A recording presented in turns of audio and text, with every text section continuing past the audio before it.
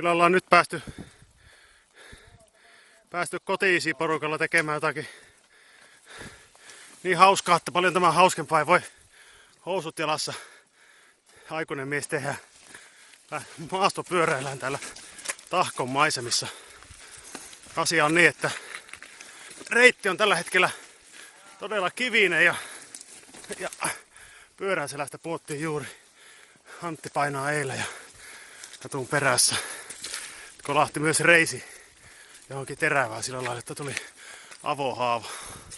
Antilla on tuommoiset aika hassun näköiset sortsit tuossa juoksuhousien päällä ja skeittikypärä. Viikinkiparta ja juomapullo tuo lähtenyt tuollaisella niin sanotulla kokoomavarustuksella liikenteeseen. Hyvä. Tää on hauskaa tää. Vaihtelee vaihteita vaan ja kun on kotiasiat kunnossa, niin joo. mikä sen mukava. Tuolla menee kauempana ryhmän johtaja Sampo, joka on ainoa meistä, joka on kunnolla pyöräily etukäteen. Mutta no koskaan pyörä. heti kun pääsen kotiin, niin ostan itselle maastopyörä. Jatketaan. Matka jatkuu. Vetään pikkusen helpompaa maastoa tässä vaiheessa. Luonnonkaunis paikka ja aurinkokin pilkistää.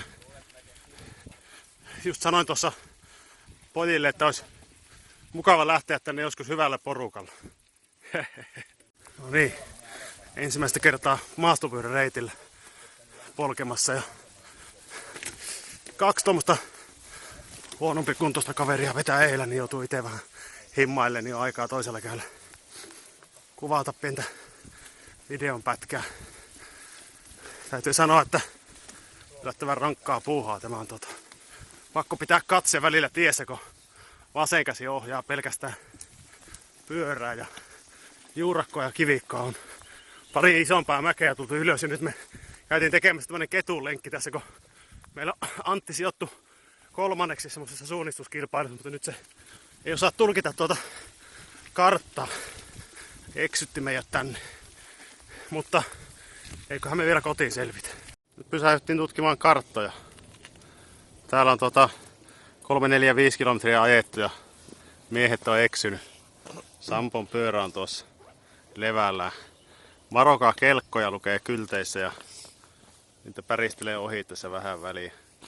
Antti tuossa 10-15 vuotta harrastanut suunnistusta, niin Anna se ottaa se hiihtokartta. mä annan täältä hiihtokarttaa Antille, niin nähdään, että Antti, tässä on kartta. Oota hetki. Sampo ottaa satelliitin alta. Joo, ei mä päästä muuten kotiin täältä. Jep. Mutta maisemat on hienot ja niin kuin näkyy pusikkoa, perussuomalaista pajukkoa täällä ja nuorta koivikkoa ja sitten vähän mäntyä. Aurinko pilkistää tuolla ylhäällä. Semmosta. Ollaan päästy Tahkoon huipulle viimeinkin. Ollaan poljettu. Paljonko me ollaan poljettu? 20 kilsaa. 20 kilsaa ja maisemat on hienot. Täällä näkyy tuolla takana on tuommoinen retkeilymaja ja tuolla näkyy tuo polku takana, mistä tultiin. Ja tossa Antti on pyörää selässä ja Sampo ottaa kuvia muistoksi siitä. Noin, pyörä nousee vielä tuohon valurautaan erikoisvalmisteisia, muuten ei kestäisi täällä. Painaa 30 kiloa pyörä, Antti nostelee sitä. Tämmönen, tää on ollut mahtava, mukava ikimuistoinen pyöräilypolku. Vielä kun päästäisiin takaisin, niin ollaan tyytyväisiä. Pieni epäilyksen siemen siitä asiasta on meikäläisillä. Lähdettiin jatkamaan matkaa ja taas on pientä epäselvyyttä siitä, mikä on oikea reitti. Mutta nyt Antti taisi löytää se. Jatketaan tonne minne lie. Matkaa jäljellä vielä ihan armottomasti ja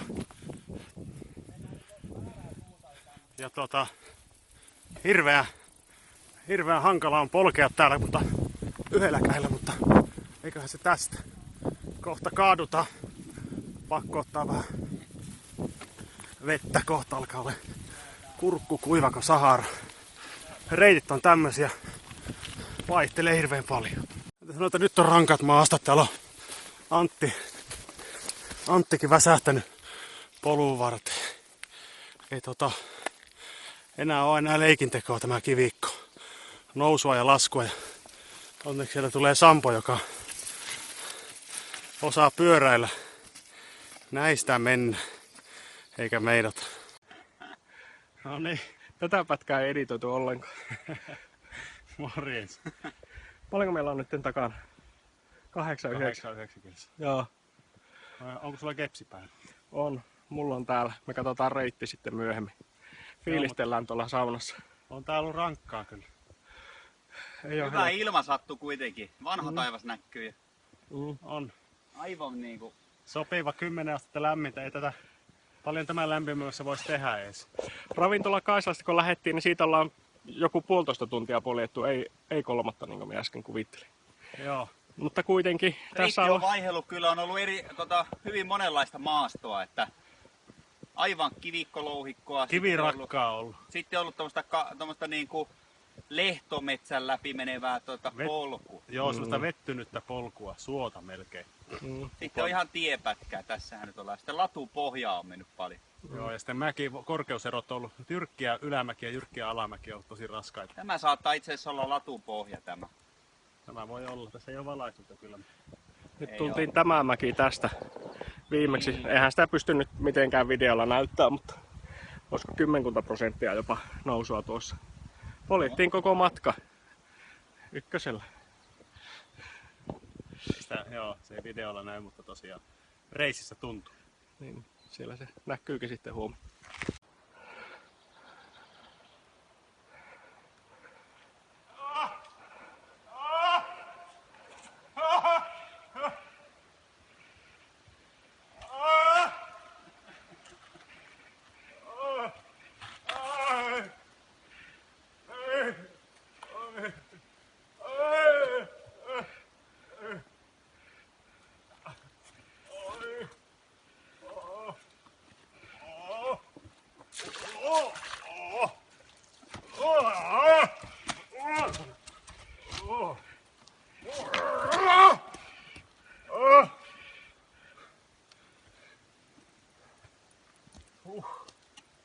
Se oli hankala.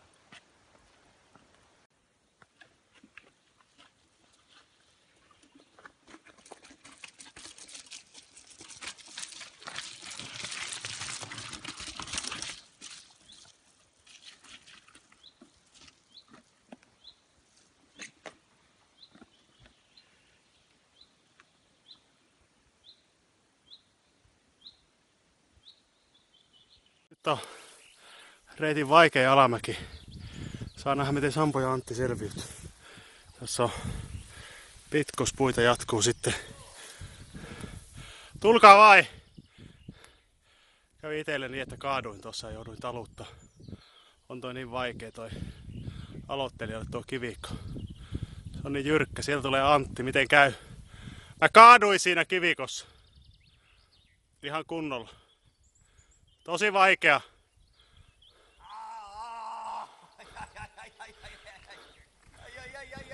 Mä kaaduin rähmälleen siinä. Tässäkö? Joo, tuli väärää kohtaa ja ei ollut vauhti päällä ja yritin lähteä, niin tökkäs kiveen monta kertaa. Paremmin tulla. Tää on hankala. Ai. Se meni hyvin.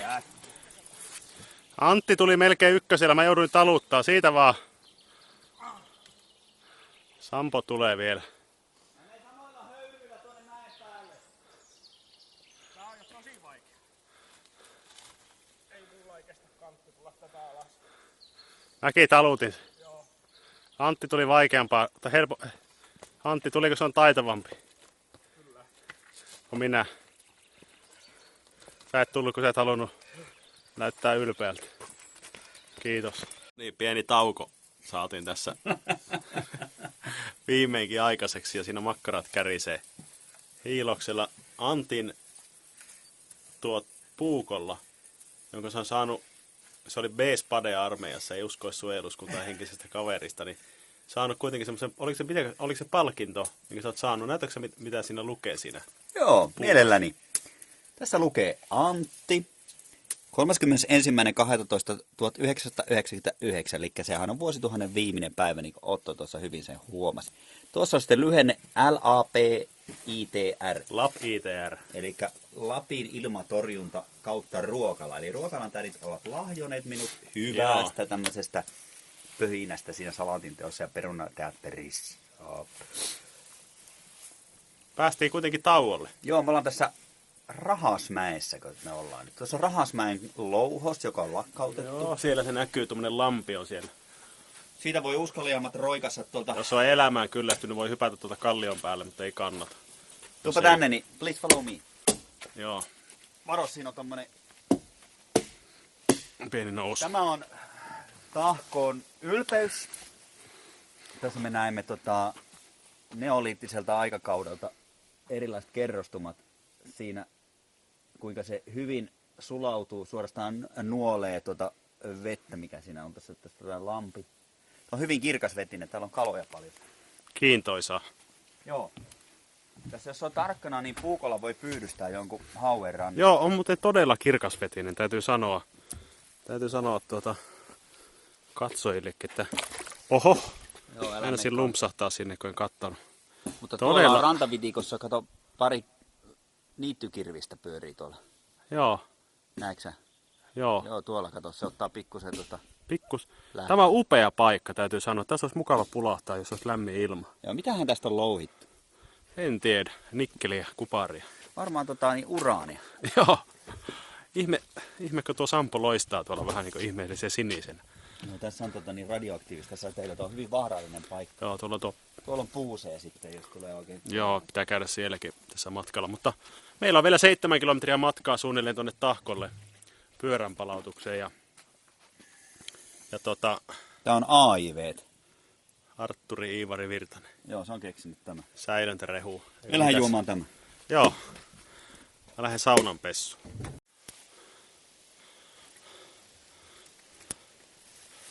Sampo painaa.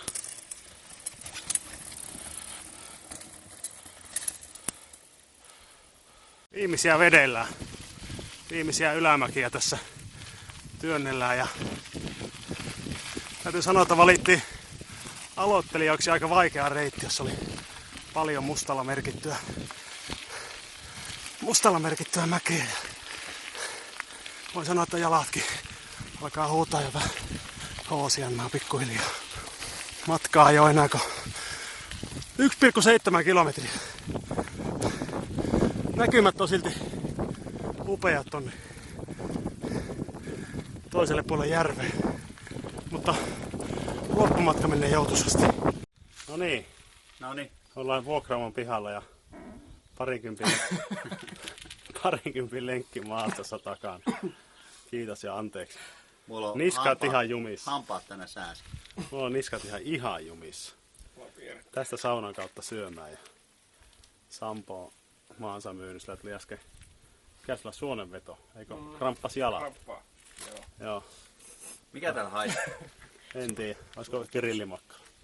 Kiitos tästä reissusta pojat teille ja Kiitos. toivotan teille toivotan hyvää kotimatkaa. Koja. Kätellä